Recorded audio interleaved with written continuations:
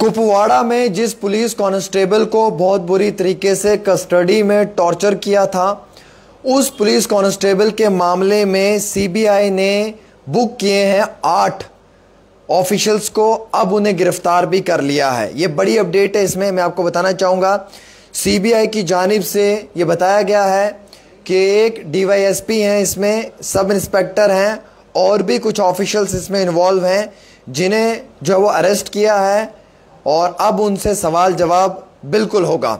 ये वही police constable है जिसे बहुत बुरी तरीके से जॉइंट इंट्रोगेशन सेंटर में टॉर्चर किया था, जिसका प्राइवेट पार्ट भी डैमेज हुआ था, जिसे लोहे की रॉड से पीटा था और लकड़ी की बनी हुई मजबूत स्टिक्स के साथ इस्तेमाल किया था मार पिटाई में।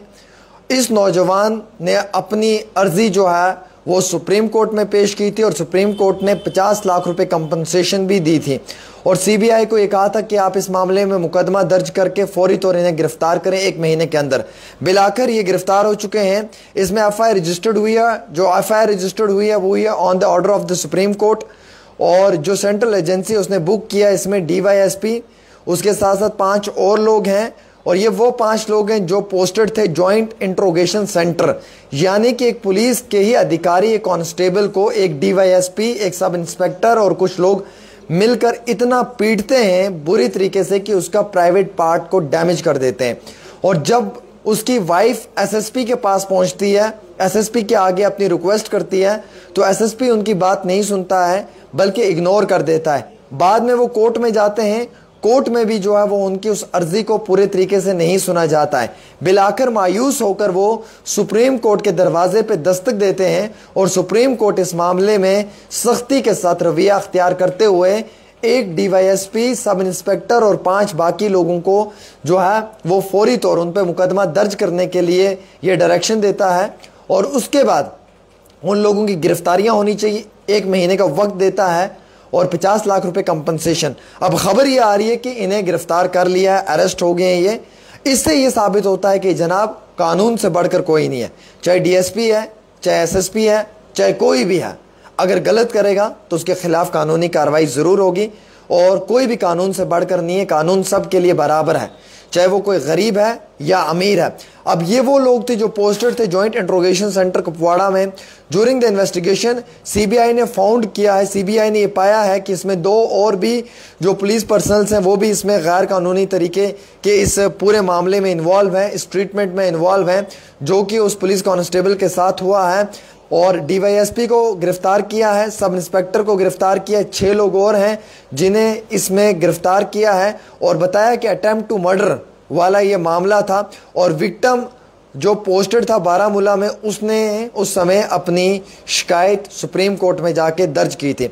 हालांकि इस मामले में अब हमारे पास ये अपडेट निकल कर आ रही है कि सीबीआई ने जो है वो श्रीनगर स्पेशल कोर्ट को मद्देनज़र रखते हुए और उनकी हिदायत और जिस तरीके की जो पुलिस रिमांड है वो 8 लोगों की दी है, जिसमें कि पुलिस पर्सनल को अरेस्ट कर लिया है जिसने ब्रूटल और इनह्यूमन कस्टोडियल टॉर्चर दिया था पुलिस कांस्टेबल को 2 साल पहले।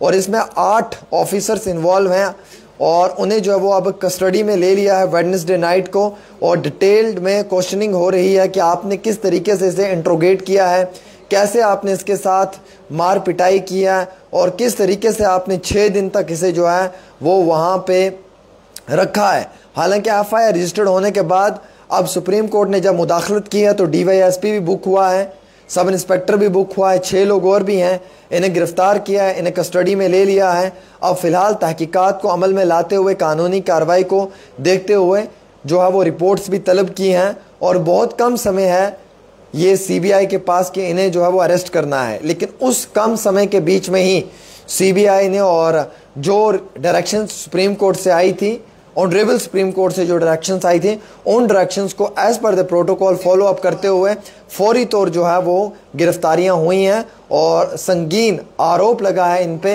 कि इन्होंने एक पुलिस कांस्टेबल को बहुत बुरी तरीके से मारा पीटा है, उसका प्राइवेट पार्ट डैमेज किया है, लोहे की रॉडों से मारा है, मोटे मोटे लकड़ी के डंडों का इस्तेमाल हुआ है। और इतना ही नहीं बल्कि उसके साथ साथ जो है वो बहुत गंदी और बुरी तरीके से उसके प्राइवेट पार्ट को भी डैमेज किया है। अब इनको गिरफ्तार कर लिया है, फ़िलहाल के तौर के ऊपर इनकी गिरफ्तारियां हो चुकी हैं, इन्हें कस्टडी में ले लिया है। तहकीकात क्वेश्चनिंग शुरू हो चुकी है DYSP से भी, सब इंस्पेक्टर से भी, एंड अमोंग अदर्स जो इसमें इन्वॉल्व हैं उनको ये सवाल का जवाब देना होगा कि आपने इस पुलिस कांस्टेबल के साथ जॉइंट इंट्रोगेशन सेंटर में ये रवैया कैसे इख्तियार किया, 6 दिन तक आपकी तहवील में था, किस तरीके की मार पिटाई आपने इसके साथ किया। ये गैर इखलाकी या गैर इंसानी जो रवैया आपका रहा है ये क्यों रहा है इसकी तरफ। और सबसे इम्पॉर्टेंट ये है कि ये पुलिस कांस्टेबल मजबूर हो चुका था उस समय में सुसाइड करने के लिए। फिर उसके बाद जब ये सुप्रीम कोर्ट पहुंचा और सुप्रीम कोर्ट ने इस मामले में इंटरफेयर किया और फिर जाकर जो है वो इसे लगा कि अब इसे अदल और इंसाफ मिल रहा है, तो इसने जो है वो अपनी पुकार इंसाफ के लिए उठाई। तो मेरे अजीज़ दोस्तों, मैं तो सिर्फ इतना कहना चाहूँगा कि आज के समय में कोई भी नहीं बच सकता है। कितना भी पावरफुल इंसान होगा, अगर उसने गलती की है, किसी मासूम इंसान के ऊपर जुल्म किया है या किसी मासूम इंसान को जो है वो अपनी जुल्मियत का निशाना बनाया है, तो आप ये समझें कि आज नहीं तो कल उसके खिलाफ कानूनी कार्रवाई हो सकती है। और वही हुआ उस DYSP के खिलाफ भी, सब इंस्पेक्टर के खिलाफ भी और बाकियों के खिलाफ। उन्हें जो अब फौरी तौर कस्टडी में ले लिया है। 50 लाख रुपए कंपनसेशन देना है, वो उन लोगों ने खुद देना है, उनकी जेब से लेना है। और उसके साथ साथ जो उन्हें सज़ा होगी उसके लिए भी इंतज़ार रहेगा। और जिस तरीके से उन्होंने जुल्म किया है, ये जुल्म कभी भी बर्दाश्त नहीं किया जाएगा। क्यों ना कोई भी हो, किसी गरीब पे जुल्म होगा तो ये नाकाबिले कबूल है। एक छोटी सी रिपोर्ट आमिर सुहेल के साथ।